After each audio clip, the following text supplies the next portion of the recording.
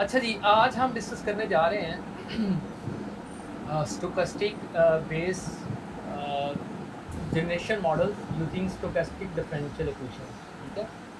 Lastly हमने discuss किया था, वो भी स्कोर बेस्ड मॉडल था।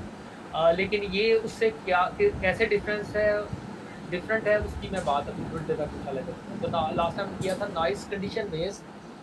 Score diffusion model. और उससे पहले हमने बात की थी डीडीपीएम की। तो आज हम जो तीसरा डिसीजन मॉडल है ना, उसको हम डिस्कस करने जा रहे हैं। अच्छा, ये जो स्कोर बेस्ड मॉडल है, ये दोनों जो मॉडल हैं जो लास्ट ईयर हमने डिस्कस किया था और जो आज हम डिस्कस करने जा रहे हैं, ये साहब है, उसका नाम है योंग सॉन्ग। ये बेसिकली पीएचडी स्कॉलर थे, मतलब पीएचडी इन्होंने कर लिया स्टैनफोर्ड यूनिवर्सिटी से। तो आज के जो लेक्चर में मैक्सिमम कंटेंट्स है ना, ये इनकी इस वीडियो से और इनके ब्लॉग से मैंने लिए हैं। और at the same time doctor Mubarak Shah की जो एडवांस कंप्यूटर विजन का कोर्स जो है ना, उसके अंदर लेक्चर नंबर 5 है, तो उससे ये जो कंटेंट्स हैं मैंने वहाँ से लिए हैं। ठीक है। तो आज हम डिस्कस करने जा रहे हैं जनाब score based generation models using stochastic differential equation.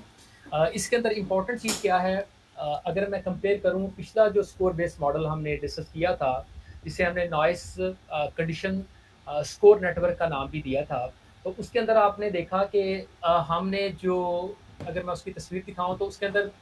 जो नॉइस ऐड की ना, वो इस तरह से करके थी। यहाँ पे हमने लास्ट टाइम ये डिस्कस किया था कि ये डिफरेंट लेवल की अगर हम नॉइस ऐड करें अपने डाटा सेट के ऊपर, और देन हम इस काबिल होते हैं कि बेहतर सैम्पलिंग जो है वो जनरेट कर पाते हैं हम at the time of testing या at the time of influencing या सैम्पलिंग। तो ये हमने लास्ट ही देखा था। तो 3 यहाँ डिफरेंट मॉडल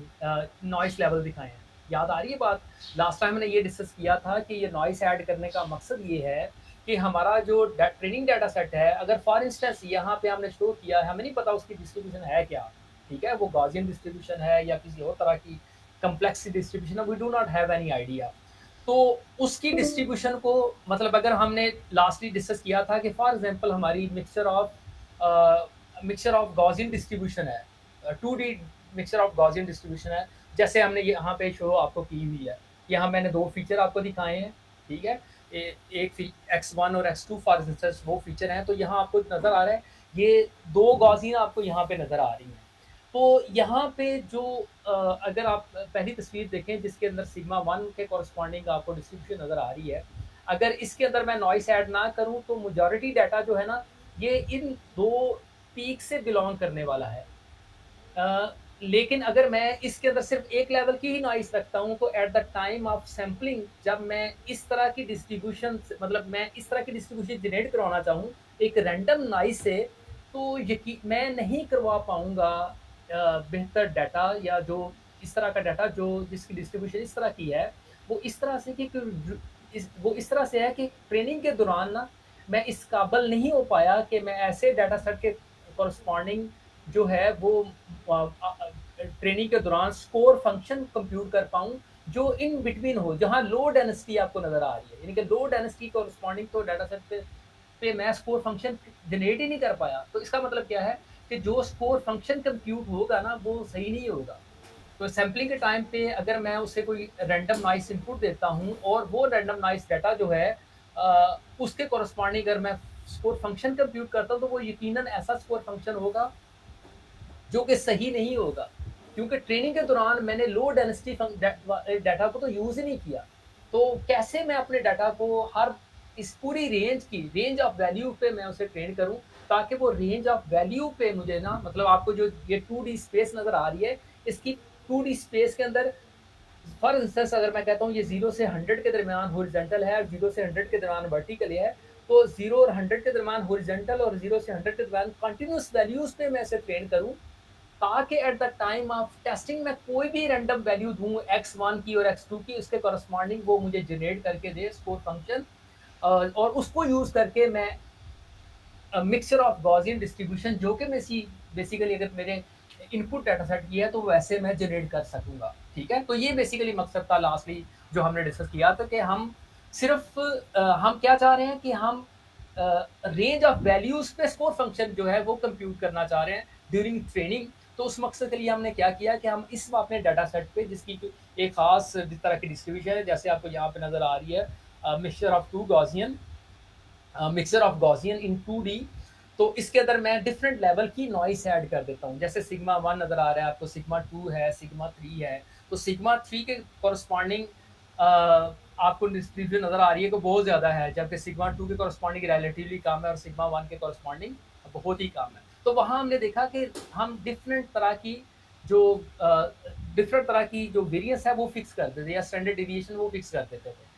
तो और फिर हमने जो मॉडल को ट्रेन किया इस तरह के डाटा सेट पे कि मिक्सर के हमने फॉर इंस्टेंस यहाँ पे आपको दिखाई है 3 स्टैंडर्ड डिविएशंस है, मतलब क्या 3 डिफरेंट नॉइस लेवल हैं गॉसियन डिस्ट्रीब्यूशन के, जो हम अपने इनपुट डाटा पे इंजेक्ट करते हैं। इंजेक्शन के बाद हमें इस तरह का डाटा नजर आ रहा है, जैसे आपको यहाँ पे पहली रो के अंदर नजर आ रहा है, और दूसरी रो के अंदर आपको उसके कोरस्पॉन्डिंग जो आप स्कोर फंक्शन कंप्यूट करते हैं, और स्कोर फंक्शन कंप्यूट करते हैं तो वो आपको इस तरह के नजर आ रहे हैं। तो अब हमने कहा था लास्टली भी हमने डिस्कस किया था कि हमारा अब इन स्कोर बेस्ड मॉडल के अंदर ट्रेनिंग के दौरान हमारा क्या ऑब्जेक्टिव हुआ। ट्रेनिंग के दौरान हमारा ऑब्जेक्टिव ये है कि हम अपने मॉडल को एक नॉइसी इमेज इनपुट देते हैं, तो वो क्या करे, इस नॉइसी इमेज के कॉरस्पॉन्डिंग, फॉर एग्जांपल मैं नॉइस लेवल सिग्मा 1 की बात करता हूँ, तो ये इमेज दूँ तो इस सिग्मा 1 लेवल के कॉरस्पॉन्डिंग मुझे स्कोर फंक्शन कंप्यूट करके दे, और जिसको मैं कंपेयर करूं मेरा एक्चुअल जो इमेज है उस पर स्कोर फंक्शन मैं अप्लाई करूं, और जो प्रिडिक्टिव स्कोर फंक्शन है जो सिग्मा 1 के कॉरस्पॉन्डिंग है, इन दोनों का मैं डिफरेंस कंप्यूट करूं, तो ये मेरे पास ऑब्जेक्टिव फंक्शन आएगा। ठीक है, mean square error, error between compute जो नेटवर्क मुझे स्कोर फंक्शन कंप्यूट करके और जो मेरा ग्राउंड ट्रूथ स्कोर फंक्शन है उसका। और इसी तरह से मैं फिर दोबारा से उस इनपुट डाटा पे सिग्मा 2 लेवल की नॉइस ऐड करूं, मतलब ज़्यादा नॉइस ऐड करूं,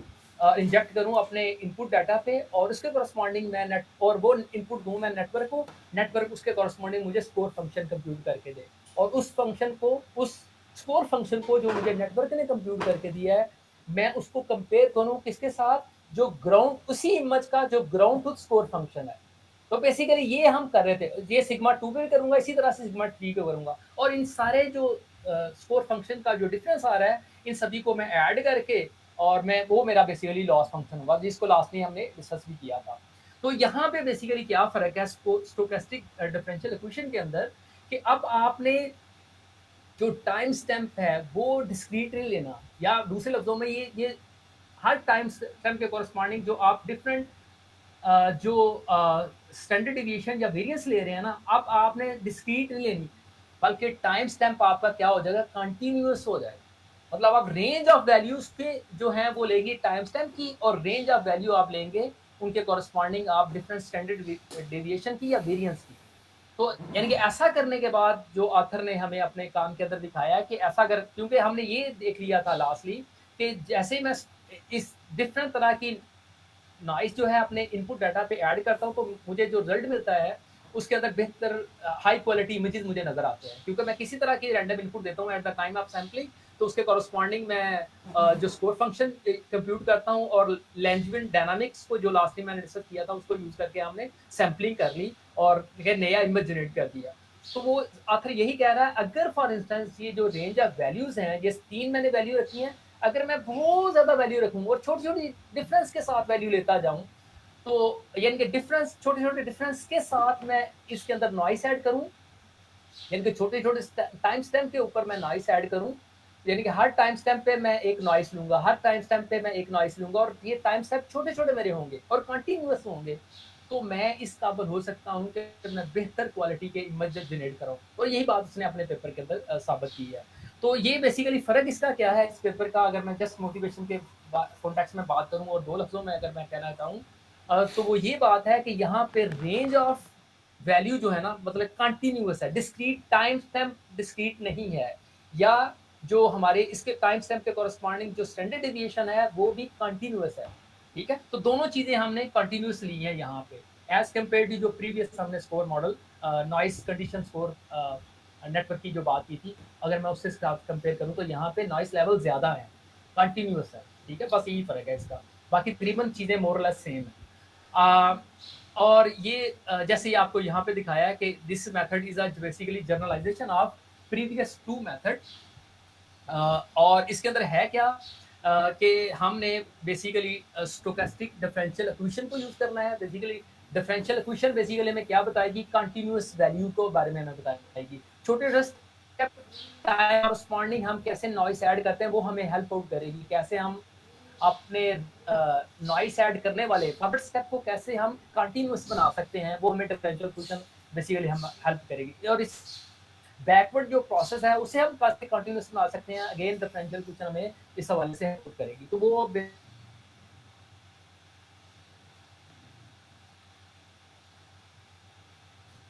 तो ये बाकी सारा कुछ है जो हमारा डिफरेंट मॉडल के कॉन्टेक्स्ट में जो प्रोसेस है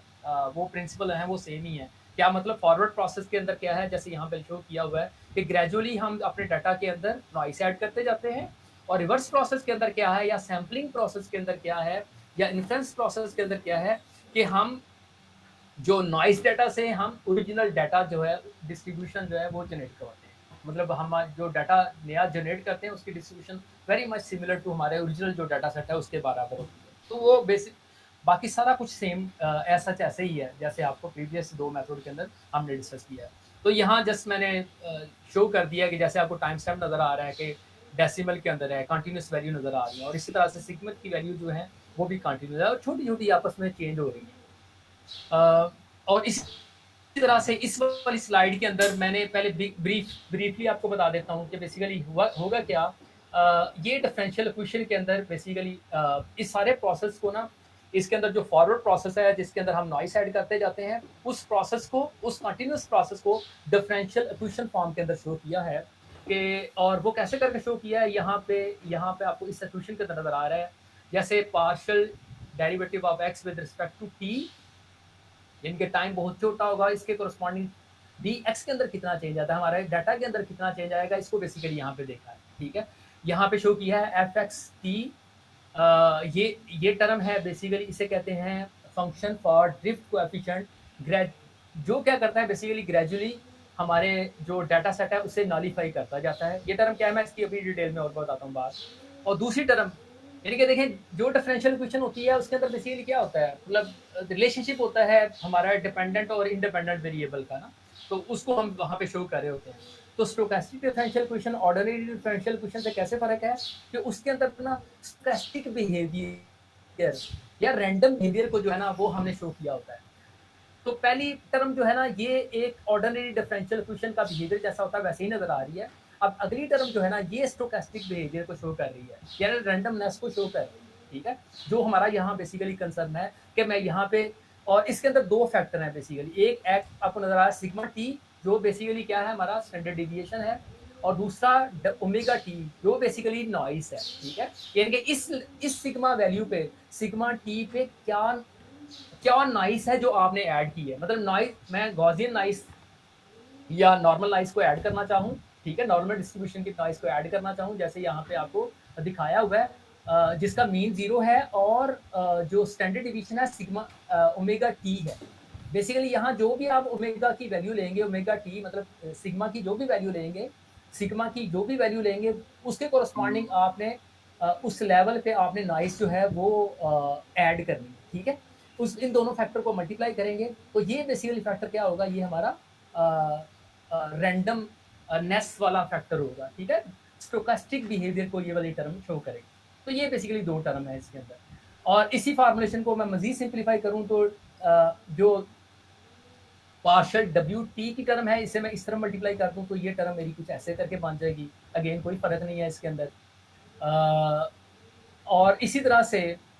अगर मैं इस प्रोसेस को समराइज मैंने खुद अपने फॉर्म के अंदर करवाया तो ये बेसिकली स्टोकेस्टिक बिहेवियर जो है, यानी कि नॉइस आपने फॉरवर्ड प्रोसेस के अंदर कैसे ऐड करनी है, तो वो कुछ इस तरह से होगा। क्या मतलब, एक फिक्स फंक्शन यूज करें जो कि अभी मैं आपको दिखाऊंगा थोड़ी देर तक कि ये फिक्स फंक्शन जो है ना जिसको मैंने कहा था फंक्शन फॉर ड्रिफ्ट कोएफिशिएंट,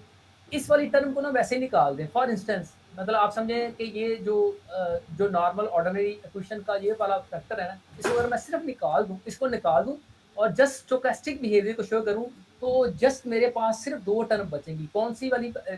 सिर्फ एक टर्म बचेगी, वो कौन सी वाली, ये वाली टर्म जो कि स्टोकेस्टिक बिहेवियर को शो करती है। ये भी मैं आपको थोड़ी देर तक दिखाता भी हूँ। तो बेसिकली करते क्या है हम डिफरेंट यहाँ पे सिग्मा की वैल्यू लेते हैं और उनके कोरस्पॉन्डिंग हम डिफरेंट जो हमारी गॉसियन डिस्ट्रीब्यूशन है जिसका मीन ज़ीरो है, वहाँ से हम एक नॉइज़ लेते हैं, उसको इस सिग्मा से मल्टीप्लाई करते हैं और करने के बाद जो भी एक वैल्यू आती है, उसको हम ऐड कर देते हैं हमारे प्रीवियस इमेज जो भी इनपुट इमेज है, उसके अंदर उस वाली नॉइज़ को ऐड कर देते हैं। ऐसा करने के बाद जो नया इमेज बनेगा बेसिकली वो हमारा नॉइज़ी इमेज होगा। ठीक है? तो बेसिकली ये फैक्टर है। इसकी मज़ीद डिटेल मैं अभी लेटरली आपको दिखाता हूँ। बाकी सारी चीज़ें फॉरवर्ड प्रोसेस कैसे होता है, कैसे हम जो डाटा है उसको उसके अंदर नॉइज़ ऐड करते हैं और रिवर्स प्रोसेस कैसे होता है जिसके अंदर हम नॉइज़ को रिमूव करते हैं, ये बिल्कुल सिमिलर है जैसे हमने प्रीवियसली डिस्कस कर लिया। बस ये इम्पोर्टेंट बात थी जो नई ऐड की है। और इस कंटीन्यूअस प्रोसेस के लिए कि मतलब हमने कंटीन्यूअस टाइम लेना है और कंटीन्यूअस उन टाइम के कोरस्पॉन्डिंग हमने नॉइस ऐड करनी है डिफरेंट वेरिएंस या डिफरेंट स्टैंडर्ड डिविएशन की उसके लिए उसने जो है जो डिफरेंशियल इक्वेशन है स्टोकेस्टिक डिफरेंशियल इक्वेशन है उससे यूज़ किया तो स्टोकेस्टिक डिफरेंशियल इक्वेशन आम इक्वेशन जो ऑर्डिनरी डिफरेंशियल इक्वेशन है उससे कैसे फ़र्क है कि इसके अंदर एक ऐसी टर्म भी होती है जिसके अंदर जो कि स्टोकेस्टिक या रैंडम प्रोसेस को जो है वो शो कर रही होती है और जैसे मैंने आपको अभी थोड़ी देर पहले दिखाया कि जैसे ये वाली टर्म जो आपको नज़र आ रही है यानी कि ये मेरी जो है डिफरेंशियल इक्वेशन है इसको मैंने कह दिया स्टोकेस्टिक डिफरेंशियल इक्वेशन है इसके अंदर ये वाली जो टर्म है ठीक है दूसरी टर्म जो है ये बेसिकली रैंडम बिहेवियर को या स्टोकेस्टिक बिहेवियर को शो कर रही है जिसके अंदर दो दो टर्म्स हैं बेसिकली एक सिग्मा की वैल्यू शो करती है और दूसरा हमने क्या और नॉइस ली है इस स्टैंडर्ड डिविएशन पे वो शो कर रही है तो इसका मल्टीपल फैक्टर इनके दोनों को मल्टीप्लाई करके हमने इस टर्म के अंदर ऐड करना है ठीक है और जो पहली टर्म है ये जस्ट समझे कि एक यानी कि ये टर्म है अनडिटर्मिनिस्टिक या जिस चीज़ को हम डिटरमिन नहीं कर सकते उस बिहेवियर को शो करती है और जो पहली टर्म है एफ एक्स टी ये एक डिटर्मिनिस्टिक बिहेवियर को शो करती है फॉर इंस्टेंस अगर मैं इस समझाने के पॉइंट ऑफ से समझूँ का बताना चाहूँ तो ये ऐसे ही समझे ये मेरा स्कोर फंक्शन की टर्म हो सकती है और ये जो है रैंडम टर्म है यानी कि स्कोर फंक्शन की जो भी वैल्यू हो वो मैं यहाँ लिखूँ और यहाँ पे मैं एक रैंडम वैल्यू को लिखूँ तो इन दोनों टर्म को अगर मैं मिला के एक इक्वेशन बनाना चाहूँ डिफरेंशियल इक्वेशन तो ये डिफरेंशियल इक्वेशन कैसे बनेगी ये मेरी एक स्टोकेस्टिक डिफरेंशियल इक्वेशन बनेगी ठीक है तो जहाँ उसने एग्जांपल जो मैंने ब्लॉग का रेफरेंस आपको स्टार्ट में दिया ना उसके अंदर जो उसने डिफरेंशियल इक्वेशन जो किया ना उसने कहा ये टॉय डिफरेंशियल इक्वेशन जिसके अंदर ये डिटर्मिनिस्टिक बिहेवियर शो करने वाली एफ एक्स टी टर्म जो है इसको मैंने यूज ही ना करूँ तो जस्ट इस वाली टर्म को जो कि रैंडम बिहेवियर को शो कर रही है मैं जस्ट उसको शो करूँ तो वो कैसी होती है या मैं आपको थोड़ी देर तक दिखाता हूँ तो कहने का मतलब ये है कि इस इक्वेशन को यूज करके उसने स्टोकेस्टिक बिहेवियर को कंटिन्यूअस बिहेवियर को किस तरह से हम फॉरवर्ड प्रोसेस के अंदर लेके आते हैं और किस तरह से बैकवर्ड प्रोसेस के अंदर लेके आते हैं उसको इसने डिमॉन्स्ट्रेट किया है ठीक है by using this differential equation stochastic differential बस ये फ़र्क है अच्छा अब ज़रा मैं आपको ये बेसिकली मुबारक शाह की स्लाइड से मैं आपको दिखा रहा हूँ अगेन वही टर्म है ये मैंने आपको सिंप्लीफाई करके ना विदाउट लॉस ऑफ जर्नैलिटी ठीक है अगर मैं ये टर्म आपको दिखाना चाहूँ ये डिफरेंशियल इक्वेशन दिखाना चाहूँ स्टोकेस्टिक डिफरेंशियल इक्वेशन दिखाना चाहूँ तो ये ऐसे बन जाए तो जिसके अंदर डिटर्मिनिस्टिक टर्म को मैंने निकाल दिया जस्ट आपको उसके अंदर स्टोकेस्टिक या रैंडम बिहेवियर की टर्म जो शो करती हैं वो आपको दिखा रहा हूँ जैसे सिग्मा टी है ये मेरी स्टैंडर्ड डिविएशन शो करेगी डब्ल्यू डी डब्ल्यू टी जो है ये basically this term is just showing कि ये नॉइस लेवल जैसे मैं अभी आपको ऊपर दिखाया हुआ है कि नॉर्मल डिस्ट्रीब्यूशन और जिसका मीन ज़ीरो है और जिसकी स्टैंडर्ड डिविएशन ओमेगा टी है इससे मैं एक सैंपल लूँ और जस्ट उसको मल्टीप्लाई करूँ सिग्मा के साथ तो ये बेसिकली मेरी क्या टर्म बन जाएगी ये इक्वेशन क्या बन जाएगी ये मेरी स्टोकेस्टिक डिफरेंशियल इक्वेशन बन जाएगी तो इसको बेसिकली उसने फॉरवर्ड प्रोसेस के अंदर यूज़ किया जस्ट लाइक जैसे मैंने आपको शो कर दिया नीचे ना इसको ब्रीफली समराइज कर दिया कि कैसे हम जो है अपने डाटा को परटर्ब करते हैं या उसके अंदर नॉइस ऐड करते हैं by using this stochastic behaviour तो यहाँ डिफरेंट ये सिग्मा की वैल्यू रेंज ऑफ सिग्मा की वैल्यू होंगी कॉन्टीन्यूस वैल्यू होंगी जिनको हम ऐड करते जाएंगे और उसको मैं नॉइस जो मैं नॉर्मल डिस्ट्रीब्यूशन से लूँगा जिसकी स्टैंडर्ड डिविएशन सिग्मा टी है तो जस्ट मैं उसको ऐड करता जाऊँ अपने इमेज के ऊपर तो ऐसा करने से मैं नॉइसी इमेज बनाता जाऊँगा फॉरवर्ड प्रोसेस के अंदर ऐसे शो करना। अच्छा, इस सारे प्रोसेस को ना, ये फॉरवर्ड प्रोसेस को मैं अगर जो योंग सॉन्ग है बेसिकली जिसका असल काम है, ये उसकी स्लाइड्स मैं आपको दिखा रहा हूँ। तो उसने ना ये जो प्रोसेस है ना नॉइस ऐड करने वाला, उसको दिखाया है इस स्लाइड के अंदर। वो कैसे करके जैसे मैंने आपको प्रीवियसली दिखाया था कि फॉर इंस्टेंस हम अस्यूम करते हैं कि हमारा जो जो हमारा एक्चुअल ट्रेनिंग डेटा सेट है, उसके अंदर जो उसकी जो डिस्ट्रीब्यूशन है वो मिक्सचर ऑफ गॉसियन डिस्ट्रीब्यूशन है। उसको मैंने 2D के अंदर दिखाया था आपको, यानी कि 2 फीचर के कॉरस्पॉन्डिंग मैंने आपको दिखाया। तो यहाँ जस्ट मैं अगर उसे 1D के अंदर दिखाऊँ या एक फीचर के कॉरस्पॉन्डिंग आपको दिखाऊँ, ठीक है? तो ये मेरे पास ऐसा जो ओरिजिनल डेटा डिस्ट्रीब्यूशन है वो ऐसे करके आपको नज़र आ रही है, जिसके अंदर 2 पीक्स हैं आपको नज़र आ रही, ठीक है? और इसके कॉरस्पॉन्डिंग हीट मैप नज़र आ रहा है आपको नीचे। हीट मैप बेसिकली क्या है? Just like graphically representation of any distribution ना, मतलब आपको जहाँ-जहाँ पीक नज़र आ रही है ना इस डिस्ट्रीब्यूशन की, यानी कि इन पीक से हमारा मेजॉरिटी ऑफ डाटा बिलॉन्ग करता है, या इस पीक से ना मेरा डाटा बिलॉन्ग करता है। यानी कि इन 2 पीक्स को ना आप ऐसे भी समझ सकते हैं। फॉर इंस्टेंस मेरा जो ट्रेनिंग डेटा सेट है उसके अंदर 2 तरह की ऑब्जेक्ट है। एक कैट है और एक डॉग है। तो आप समझ लें कि जो पहली पिक्स ये जो पोज़ीशन है ना ये शो कर रही है कि इसके अंदर कैट की प्रोबेबिलिटी को ना, और दूसरा जो है ना ये बेसिकली शो कर रही है डॉग की प्रोबेबिलिटी को ना। तो 2 पीक्स समझ उससे बिलॉन्ग करती हैं। तो ये जो आपको जो हमारा एक्स डिस्ट्रीब्यूशन है, ये जो हमारा एक्स डाटा है या रैंडम वेरिएबल है, या एक मेरा फीचर जो है, इस फीचर के कॉरस्पॉन्डिंग अगर मैं हीट मैप बनाऊँ तो जो पीक्स पे है ना वो येलो नज़र आ रहा है, बाकी सारा कुछ ब्लैक है। और इसी तरह से अगर मैं ये मेरा ओरिजिनल डाटा सेट था, अगर इस डाटा सेट पे मैंने कुछ नॉइस ऐड कर दी है, तो थोड़ी-सी नॉइस ऐड की है और P1 फॉर इंस्टेंस पहले टाइम स्टेप पे, ठीक है? तो वो मुझे इसके कॉरस्पॉन्डिंग मेरी ये नॉइस ऐड करने के बाद मेरा डाटा सेट की डिस्ट्रीब्यूशन ऐसे करके होगी, और इसके कॉरस्पॉन्डिंग अगर मैं आपको जो है हीट मैप दिखाऊँ तो वो आपको इस तरह के नज़र आ रहे हैं। जहाँ पे आपको नज़र आ रहा है पीक्स थोड़ी-सी बड़ी हो गई हैं, और इसलिए ये जो येलो आपको हीट मैप के अंदर येलो कलर है वो ज़रा उसका स्प्रेड बड़ा-सा नज़र आ रहा है। इसी तरह से अगर मैं अपने डाटा सेट के ऊपर और ज़्यादा नॉइस ऐड कर देता हूँ, तो वो मेरा डाटा सेट तकरीबन गॉसियन डिस्ट्रीब्यूशन की तरफ जाता जा रहा है, ठीक है? तो उसके अंदर कॉरस्पॉन्डिंग मेरा हीट मैप इस तरह का हो जाएगा, और ultimately at the end eight the time T, यानी कि जब मैंने मैक्सिमम नॉइस ऐड कर दी थी, तो देन मेरा डाटा सेट जो है, या मेरा एक जो वेरिएबल है उसके अंदर जो वैल्यू है वो बिल्कुल उसकी डिस्ट्रीब्यूशन तकरीबन वैसी ही होगी है जैसे मेरी नॉर्मल डिस्ट्रीब्यूशन या गॉसियन डिस्ट्रीब्यूशन है, ठीक है? तो ये बेसिकली यहाँ पे दिखाया आपको, फॉरवर्ड प्रोसेस को दिखाने की कोशिश यहाँ पे की है। अगर फर्स्ट किया मैंने यहाँ पे टी लेवल की नॉइस ऐड की है, तो हमने यहाँ पे स्टोकेस्टिक डिफरेंशियल इक्वेशन को यूज़ करके हमने इन्फिनिट नॉइस लेवल जो है वो ऐड करने हैं, मतलब इन्फिनिट टाइम कंटिन्यूस टाइम हमने लेने हैं। तो अगर मैं इस प्रोसेस को मज़ीद आपको दिखाना चाहूँ, तो आप देखें और नॉइस लेवल ऐड करेंगे तो वो हीट मैप उसके कॉरस्पॉन्डिंग ऐसे कुछ हो जाएगा। और अगेन अगर मैं और इसके अंदर ऐड करना चाहूँ नॉइस लेवल, तो देखें ज़रा इस कंटिन्यूअस बिहेवियर को, मतलब हर टाइम छोटे टाइम के बाद मैं नॉइस ऐड करता जाऊँ, तो उसको अगर मैं एक हीट मैप के साथ दिखाऊँ तो वो एक कंटिन्यूअस हीट मैप कुछ इस तरह सा बनेगा, जैसे आपको नज़र आ रहा है। तो ये मेरा बेसिकली डाटा जो फॉरवर्ड नॉइसी डाटा जो है, मतलब स्टेप बाय स्टेप जो मैं उसके अंदर नॉइस ऐड करता जा रहा हूँ, तो वो मेरे डाटा की क्या डिस्ट्रीब्यूशन होती जा रही है, वो नीचे जो आपको तस्वीर नज़र आ रही है, हीट मैप नज़र आ रहे हैं, तो वो उससे शो हो रही है, ठीक है? इसी तरह से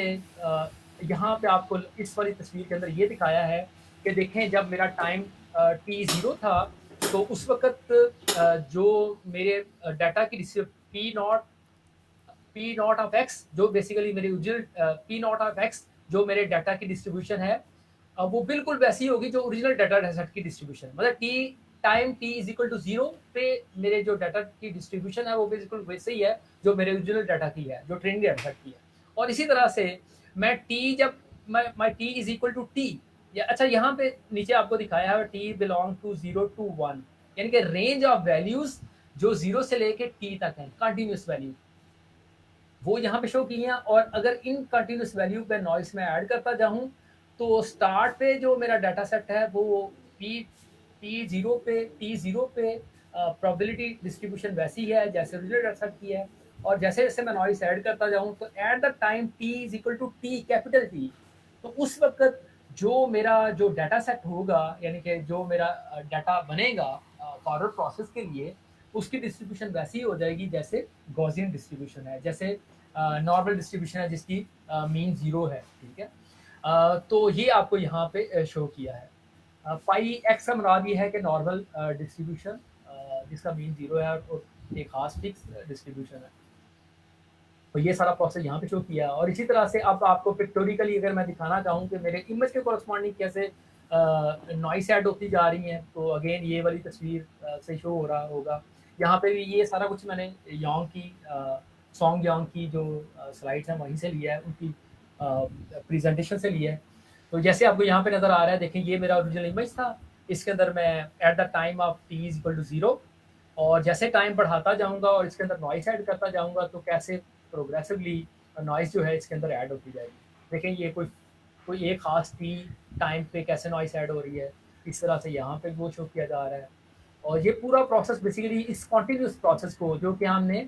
बाय यूजिंग डिफरेंशियल इक्वेशन के साथ अचीव किया, वो यहाँ पे शो किया। अब डिफरेंशियल इक्वेशन के साथ कैसे अचीव हुआ, थोड़ा सा मैंने आपको स्टार्ट में बताया, दोबारा से मैं उस बात को हाईलाइट भी करता हूँ थोड़ी देर तक। और ये देखें ज़रा कैसे वो हमारा ओरिजिनल इमेज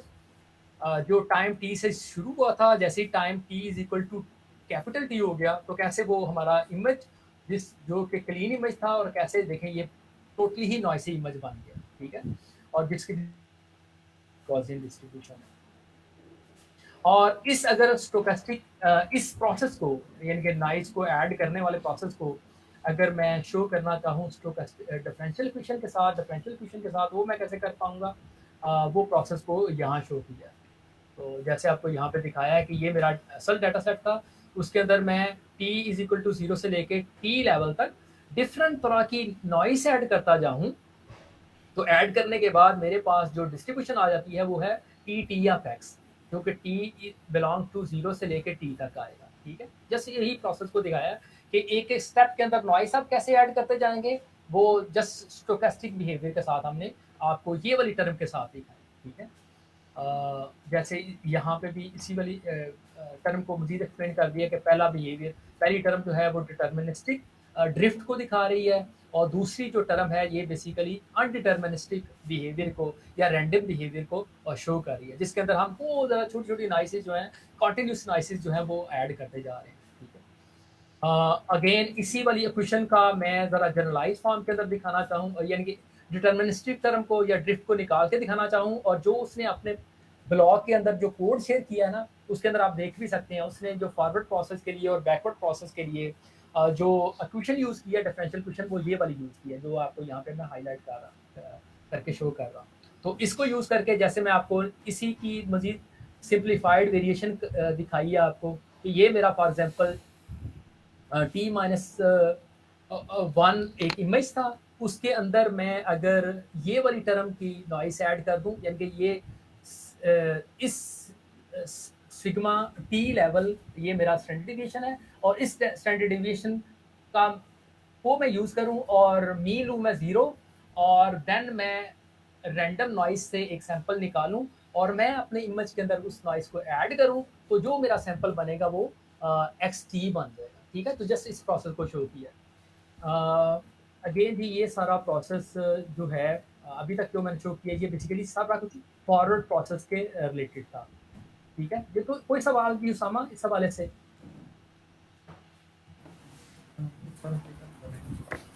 थोड़ी थोड़ी आ रही है समझ, ठीक है, मैं चले चले ठीक है चले देखें। अब ये फॉरवर्ड प्रोसेस हो गया, ठीक है। अब बैकवर्ड प्रोसेस कैसे अचीव करेंगे, देखें बैकवर्ड प्रोसेस के लिए पहले मैं आपको बिग पिक्चर के अंदर दिखा देता हूँ।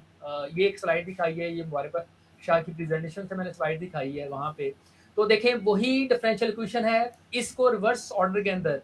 वहाँ पे टी हमने लिखा था टी इज इक्वल टू 0 से up to t is equal to capital t तक हम जा रहे थे। इस यानी कि ये टाइम इंटरवल था हमारा कंटिन्यूस टाइम इंटरवल, जो कि टी 0 से शुरू होता था, फिर टी 0.001, फिर 0.0002 एंड सो ऑन, इस तरह के छोटे छोटे इंटरवल के साथ हम आगे मूव करें। तो अब आपने यहाँ पे ये वही उसी का फॉरवर्ड प्रोसेस की बेसिकली रिवर्स है, रिवर्स फॉर्म के अंदर बेसिकली आपने लिख दिया। वो कैसे करके कि देखें यहाँ पे वो ड्रिफ्ट टर्म ऐसा जैसी आपको नजर आ रही है, पहली डिटरमिनिस्टिक टर्म, इसको कंसिडर करें या ना करें एक ही बात है। जस्ट देखें ये टर्म तो ऐसा जैसे ही है जैसे आपको ऊपर मैंने दिखाई है, ठीक है। जो स्टोकेस्टिक टर्म है बिल्कुल ऐसा जैसे ही है। अब इसके साथ एक नई टर्म जो कि इंपॉर्टेंट और इंटरेस्टिंग चीज़ है वो क्या है, ये बेसिकली स्कोर फंक्शन की टर्म है। यानी कि हमने क्या करना है कि नेटवर्क के हमने अपने इमेज को देखें, इस प्रोसेस को मैं दोबारा से एक्सप्लेन अगर करना चाहूँ तो वो कैसे करके होगा। हमने इमेज लिया, उसके अंदर हमने नॉइस ऐड की, नॉइस ऐड करने के बाद हमने वो इमेज नॉइस ऐड की, और नॉइस ऐड करने के बाद हमने उस इमेज का स्कोर फंक्शन कंप्यूट कर लिया, ठीक है। यानी कि जस्ट उसका ग्रेडियंट कंप्यूट कर दिया। स्कोर फंक्शन के बारे में लास्ट में मैंने आपको बताया भी था, ठीक है। जस्ट लाइक डेरिवेटिव हमने कंप्यूट कर लिए,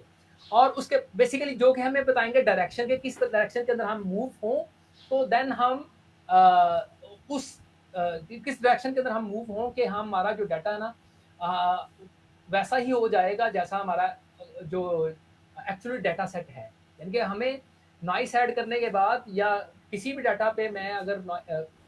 स्कोर फंक्शन कंप्यूट करूंगा तो वो बेसिकली मुझे क्या बताएगा, वो मुझे बताएगा कि ओरिजिनल डाटा सेट की डिस्ट्रीब्यूशन आपकी कहाँ पे करके है, ठीक है। तो ये बात मैं लास्टली भी की थी। तो अगेन एट द एंड भी मैं इस बात को दोबारा से भी हाईलाइट करूंगा। स्कोर फंक्शन से मुराद, मैंने एक दो और एग्जांपल देखी हुई है, मैं इंशाल्लाह आपको दोबारा से भी वो दिखाऊंगा। स्कोर फंक्शन से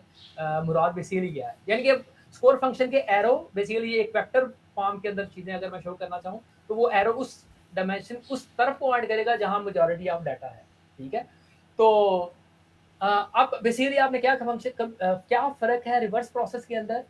दोबारा से इस प्रोसेस को मैं बताता हूँ कि फॉरवर्ड प्रोसेस के अंदर बेसिकली क्या करना है, आपने नॉइस ऐड करनी है। नॉइस ऐड करने के बाद उस नॉइसी वर्जन डाटा का ना आपने एक स्कोर फंक्शन कंप्यूट करना है, एक चीज़। और उसी नॉइसी डाटा को आपने जो है नेटवर्क को न्यूरल नेटवर्क को देना है और उसे कहना है तुमने इस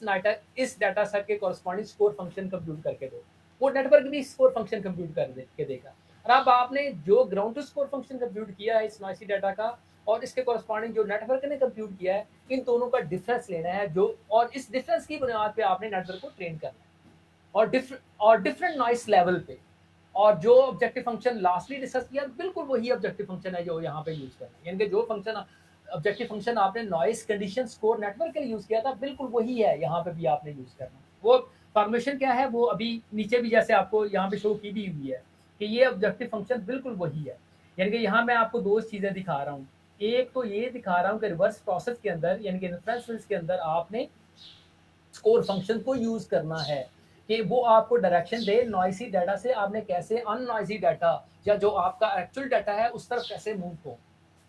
ठीक है। लैंग्वेज डायनामिक्स याद आ रहा है, उसके टर्म के अंदर हमने यूज किया था इस वाले बिहेवियर को। तो अगेन आज कैसे यूज करना है वो भी मैं अभी थोड़ी देर तक बताता हूँ, लेकिन बिग पिक्चर के अंदर क्या है, डिफरेंशियल क्वेश्चन के अंदर क्या फर्क आएगा नजर, वो मैं आपको यहाँ पे शो कर रहा हूँ कि फॉरवर्ड प्रोसेस के अंदर जो आपने डिफरेंशियल क्वेश्चन यूज की उसका बैकवर्ड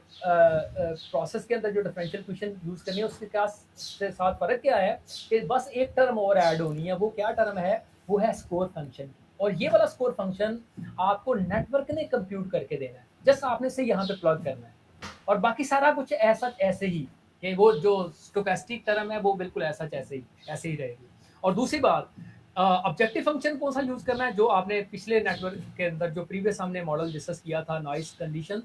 स्कोर नेटवर्क, उसी को आपने यूज करना है, ये आपने यूज कर लिया। अच्छा उसके बाद आपने देखें जरा ये अब रिवर्स प्रोसेस के अंदर आपने हम ये देखा है रिवर्स प्रोसेस की अगेन आइटरेटिव होता है।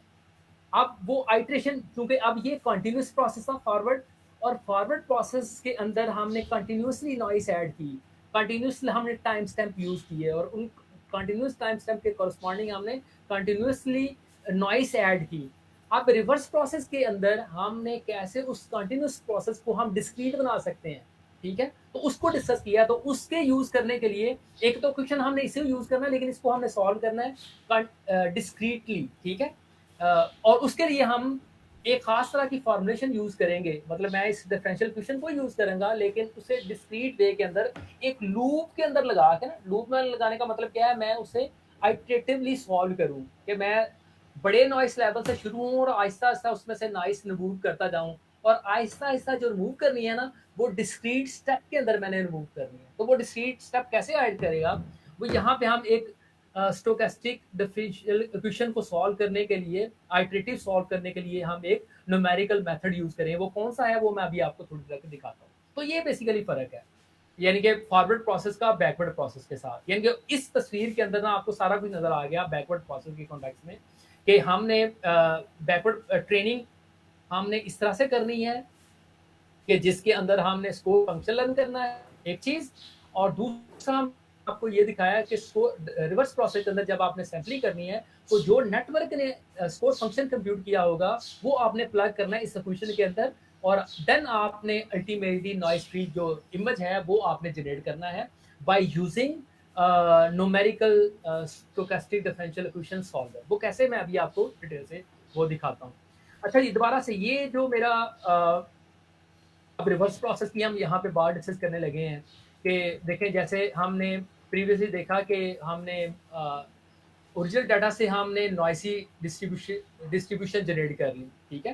तो अब हम ये चाह रहे हैं कि मैं इस रैंडम नॉइस इस जो मेरी नॉर्मल डिस्ट्रीब्यूशन है, इसको मैं लूँ, इससे कोई सैंपल लूँ, और देन इससे मैं ऐसा सैंपल जनरेट करूँ जिसकी डिस्ट्रीब्यूशन वैसे ही हो जैसे मेरी ग्राउंड ट्रूथ इमेज की है। तो ये बेसिकली हमारा ऑब्जेक्टिव है।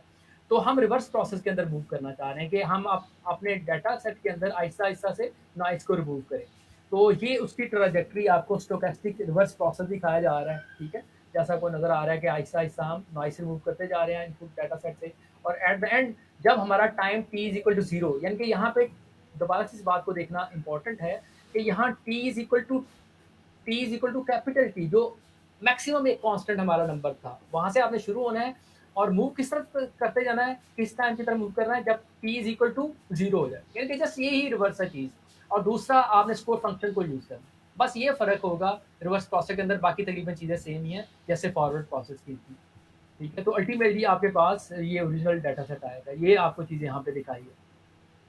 अगेन ये फॉर्मुलेशन जो मैं आपको ऊपर दिखा रहा हूँ, देखिए फॉरवर्ड प्रोसेस के अंदर टाइम था हमारा t इज़ इक्वल टू 0 से कैपिटल T की तरफ हमने मूव करना है, और जबकि रिवर्स प्रोसेस के अंदर क्या है, time t is equal to यानी कि कैपिटल T से शुरू होना है और आपने 0 की तरफ मूव करता जाना है, और उसके लिए आपने जो इक्वेशन यूज़ करनी है, अगेन डिफरेंशियल इक्वेशन ही है, स्टोचैस्टिक डिफरेंशियल इक्वेशन ही है, बस जस्ट उसके अंदर आपने ये वाली टर्म जो है माइनस के साथ आपने ऐड करनी है, वो है हमारी स्कोर फंक्शन की, जो बेसिकली हमें इन शॉर्ट या ब्रीफली या इंट्यूटिवली हमें ये बताएगी कि आपने इस डायरेक्शन के अंदर मूव होते जाना है। जब आप इस डायरेक्शन के अंदर मूव होते जाएंगे तो एट द एंड आपके पास जो डाटा आएगा ना, वो नाइस फ्री आएगा, यानी कि उस डायरेक्शन के अंदर आपको मूव करते हैं आपके जो, यानी कि ये आपको वो वाली डायरेक्शन बताएगी जिस जो आपके डाटा सेट की, जो गिवन डाटा सेट की डिस्ट्रीब्यूशन की डिस्ट्रीब्यूशन है, बेसिकली उसकी डायरेक्शन के अंदर मूव करवाने के लिए ये हम स्कोर फंक्शन की टर्म को यूज़ करेंगे, ठीक है। तो ये यही मैंने आपको यहाँ पे दिखाया है, और अगेन इस फॉर्मेशन को थोड़ा सा सिंप्लीफाई करके मैंने आपको यहाँ पे दिखाया है। क्या देखें, आपने टी टाइम पे ये वाली टर्म को माइनस करना है और ये उसके अंदर रैंडम नॉइस को ऐड करना है, ठीक है। बस इस टर्म को यूज़ करके आप अल्टीमेटली आप नॉइस फ्री डाटा सेट जो है वो गेट कर पाएंगे। अगेन इस प्रोसेस को यहाँ पे थोड़ी सी और एक्सपेंशन कर दी है। अगेन इसको दिखा दिया, ये स्कोर फंक्शन है। अगेन ये वाली स्लाइड आपको दोनों प्रोसेस को दिखा रही है कि फॉरवर्ड प्रोसेस के अंदर का आपने कैसे डिफरेंशियल इक्वेशन को यूज़ किया, डाटा से आपने नॉइस कैसे बना ली, और इस तरह से रिवर्स प्रोसेस के अंदर आपको ये दिखाया है कैसे आपने नॉइस से डाटा जनरेट कर रहे हैं, ठीक है। और देखें इन दोनों ये डिफरेंशियल इक्वेशन दोनों ऐसा कैसे ही आपको नज़र आ रही हैं, दोनों के अंदर फ़र्क क्या है, और यही डिफरेंशियल इक्वेशंस ने अपने कोड के अंदर भी यूज़ किए हैं। फ़र्क क्या है, जस्ट स्कोर फंक्शन का फ़र्क है और कुछ भी नहीं, बाकी से सेम टर्म यूज़ हो रही है, ठीक है। और एक फ़र्क ये है कि स्कोर फंक्शन यूज़ करना है, दूसरा टाइम का फ़र्क है, यहाँ time t is equal to 0 से हम t की तरफ मूव कर रहे हैं, और जबकि यहाँ पे हम capital T is equal to capital T से हम 0 की तरफ मूव कर रहे हैं, बस ये फ़र्क है और कुछ भी नहीं, बाकी सेम चीज़ें हैं, ठीक है। और ये आपको जो मैं आपको स्टार्ट में बता चुका हूँ कि ये स्कोर जो फंक्शन है उसे हमने टाइम कंडीशन करके कंप्यूट किया है ड्यूरिंग ट्रेनिंग, वही प्रोसेस जो प्रीवियसली हमने देखा, और ये उसकी फॉर्मेशन आपको शो की हुई है कि कैसे हम ground truth score function at specific time T, और एक ख़ास स्पेसिफिक टाइम टी पे जो स्टैंडर्ड डिविएशन हमने यूज़ की है उसके कॉरस्पॉन्ड क्या स्कोर फंक्शन की वैल्यू है, और जो नेटवर्क ने कंप्यूट किया इनका दोनों का डिफरेंस, और उसको यूज़ किया है इस वाली फॉर्मेशन के अंदर। और ये लैम्डा टी का फैक्टर लास्ट वीक मैंने आपको बताया था, ये बेसिकली जस्ट एक कांस्टेंट फंक्शन, हर टाइम के कॉरस्पॉन्डिंग क्या वेट लेना, क्या वेट कंसिडर करना है और इन सभी की समेशन। तो ये एक फैक्टर उसने ऐड किया हुआ है यहाँ पे, जिसको पॉजिटिव नंबर के साथ उसने रिप्रेजेंट किया है। और हर time distribution uniformly time distribute किया है, टाइम लिया उसने 0 से लेके t तक।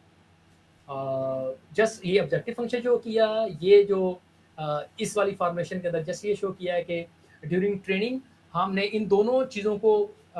मतलब नॉर्मल मिनिमाइज़ करना है। इस वाले ऑब्जेक्टिव फंक्शन को हमने नॉर्मलाइज़ करना है, मिनिमाइज़ करना है उस वक़्त तक कि हमारा जो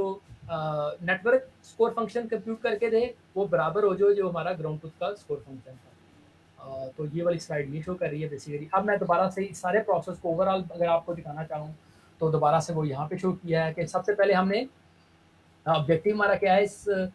score based generative model via stochastic differential equation के अंदर हमने ट्रेनिंग के दौरान बेसिकली स्कोर फंक्शन जो फंक्शन है उससे कम लर्न करना है। ये पहला स्टेप ये होगा, ये इम्पोर्टेंट चीज़। दूसरा, ट्रेनिंग के दौरान हमने ये वाला ऑब्जेक्टिव फंक्शन है, इसे हमने मिनिमाइज़ करना है। दूसरी बात होगी, तीसरी बात ये है कि रिवर्स टाइम के अंदर हमने जो फॉरवर्ड डिफरेंशियल इक्वेशन हमने यूज़ की थी, स्टोकेस्टिक डिफरेंशियल इक्वेशन यूज़ की थी, उसके अंदर जो रिवर्स प्रोसेस के अंदर है, हमने जस्ट स्कोर फंक्शन को यूज़ करना है। और चौथी इम्पोर्टेंट बात ये है कि स्कोर फंक्शन तो आपने यूज़ कर लिया, अब आपने कैसे सैंपल जो है वो प्रोड्यूस करने हैं आइटरेटिवली। तो उसने कहा है कि वो लास्टली हमने डिस्कस यूज़ किया था लैंग्वेज डायनामिक्स का आइडिया। वो जस्ट लाइक कि आइटरेटिवली कैसे आप जो है एक बड़ी नॉइसी डाटा से आप किस तरह से नॉइस फ्री डाटा जो है वो जनरेट करें, यानी कि रैंडम नॉइस से आप कैसे आप ऐसा सैंपल जनरेट करते हैं जो आपके ओरिजिनल जो डाटा सेट की डिस्ट्रीब्यूशन है वैसा ही होता है। तो वो हमने लास्टली हमने यूज़ किया था लैंग्वेज डायनामिक्स। तो यहाँ उसने कहा है वैसा ही एक मेथड है जो बेसिकली लोग डिफरेंशियल इक्वेशन को सॉल्व करने के लिए यूज़ करते हैं। मतलब मैं डिफरेंशियल इक्वेशन को न्यूमेरिकली सॉल्व करना चाहूँ, तो आइटरेटिवली मतलब लूप के अंदर सॉल्व करना चाहूँ कि आहिस्ता-आहिस्ता उसके अंदर से नॉइज़ रिमूव करवाऊँ, तो उसके लिए ना एलर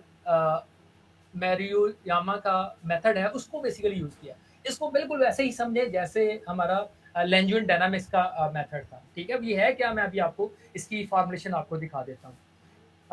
तो इसके अंदर बेसिकली करना क्या है आपने, देखें लूप के अंदर बेसिकली लूप एक लिख लेनी है, लूप के अंदर ये 2 स्टेटमेंट चलानी है आपने। तो उस लूप के अंदर बेसिकली करना क्या है, एक डेल्टा टाइम छोटा-सा टाइम रख लेना है फिक्स इंटरवल का। वहाँ पे देखें ना, हमने टाइम कंटीन्यूअस वैल्यू ली थी कि 1.0001, 0.000011 इस तरह के फैक्टर फॉरवर्ड प्रोसेस के अंदर यूज़ होते हैं for using forward stochastic differential equation. अब बैकवर्ड पास के अंदर बेसिकली हम हर कंटीन्यूअस वैल्यू को यूज़ नहीं करेंगे, लूप बेसिकली हमने लगानी है जो कि आइटरेटिव चले। तो उसने कहा है कि लूप लगाते हुए जो टाइम आपने लेना है, कोई फिक्स टाइम इंटरवल छोटा-सा ले लें, जिसको हर दफ़ा आप ऐड करते रहें। तो वो फिक्स हो, तो उसे बेसिकली उस मकसद के लिए कहता है कि फिर आपको इसकी कोई अप्रॉक्सिमेशन यानी कि रिवर्स डिफरेंशियल इक्वेशन की कोई अप्रॉक्सिमेशन यूज़ करनी पड़ेगी। ताकि उसको आप यूज़ करके एक लूप के अंदर जो है ना नॉइज़ फ्री इमेज आप जनरेट करवा पाएँ, ठीक है? तो ये फॉर्मेशन अब ओवरऑल कैसे बन जाएगी कि आपने जस्ट डेल्टा टी एक स्मॉल फैक्टर ले लेना है और टाइम स्टार्ट आपने कैपिटल टी से करना है और जो नॉइस है ना वो छोटी सी नॉइस ले लेनी है जो आपने हर दफ़ा इस टर्म के अंदर ऐड करनी है और इस वाली टर्म को बार-बार आइटरेट करें एक लूप के अंदर अनटिल के टाइम जो है वो टी इज़ इक्वल टू 0 हो जाए। तो ऐसा करने के बाद आपके पास जो इमेज आएगा ना वो नॉइस फ्री आए, दैट्स इट। तो इस मेथड को वो कहता है that is very much similar to the Langevin dynamics. ठीक है? तो ये जनाब सैंपलिंग का प्रोसेस था जिसको उसने इस score based model using stochastic differential equation के अंदर यूज़ किया। तो ये था जनाब ब्रीफ सारा कुछ जो मैंने इस हफ्ते इस स्कोर बेस्ड जनरेटिव मॉडल के बारे में पढ़ा। होप सो किसी लेवल पे आपको इसकी ज़रूर समझ आई हो।